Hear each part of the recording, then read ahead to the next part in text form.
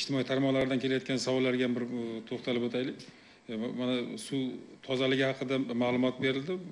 O'sha bir ma'lumotni yana bir qo'shimcha qilib ketsak, chunki shunga oid savol kelyapti. Mana bugungi kunda xonadonlarda suv filtrlarini tavsiya qilib uyma-uy yurayotgan fuqarolar ham tez uchrab turadi. Bu deyarli har bir xonadonga kirib chiqyapti adashmasam. Xonadonga kelib, o'sha xonadonda tushayotgan suvdan olib, namuna olib va o'zlari olib kelgan suvdan namuna olib kelib ko'rsatib berishyapti. Mana siz ichayotgan suv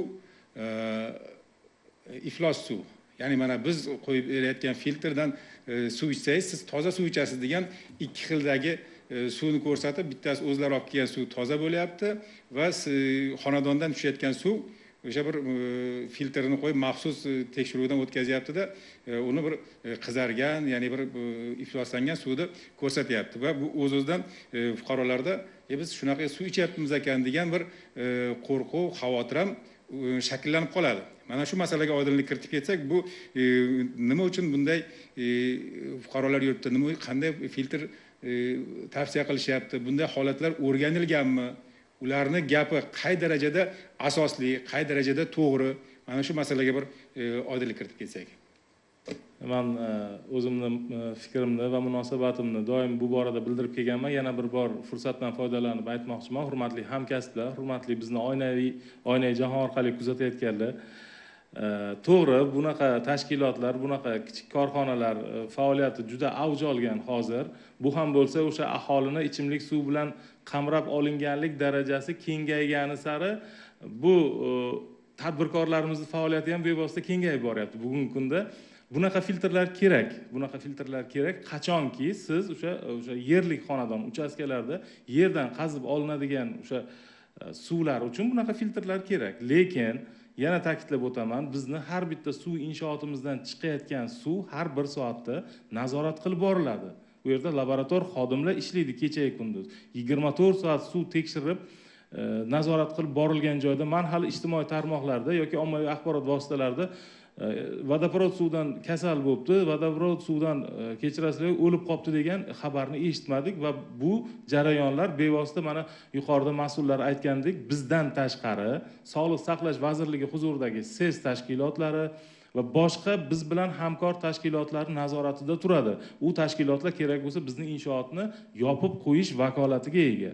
Baski shunday ekan, ichimlik suvi ichishga yaroqli. Endi xonadonlarga keladigan ushbu tadbirkorlarimiz bevosita kimdir masalan xabari bo'lsa, o'sha elektroliz hodisasi bor, ya'ni suvni elektr tok yordamida suv tarkibidagi temir va shunga o'xshagan minerallarni matohga yoki paxtaga yiqqan holda u tabiiyki masalan olma yesangiz yoki behi yesangiz ham baribir temir moddasi ajralib chiqqanini hammamiz ko'ramiz-ku. Xuddi shu jarayon suvda ham bo'ladi. Suvda ham temir moddasi bor, xlor bor, ftor bor va hokazo Mendeleyev davriy sistemasidagi 28 dan ortiq elementlar bor. Inson organizmi uchun foydali albatta.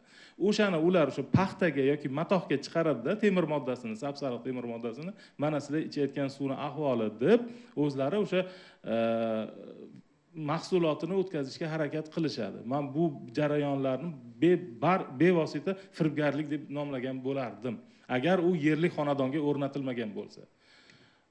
Agar shunaqa holatlarga duch keladigan bo'lsangiz, bizga qo'ng'iroq qiling. 1255 qisqa raqamimiz bor, respublika bo'yicha yagona kol markaz.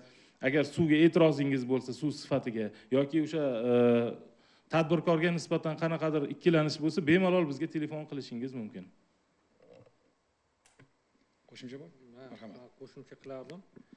Oddiy qilib aytganda albatta bu tadbirkorlik faoliyatini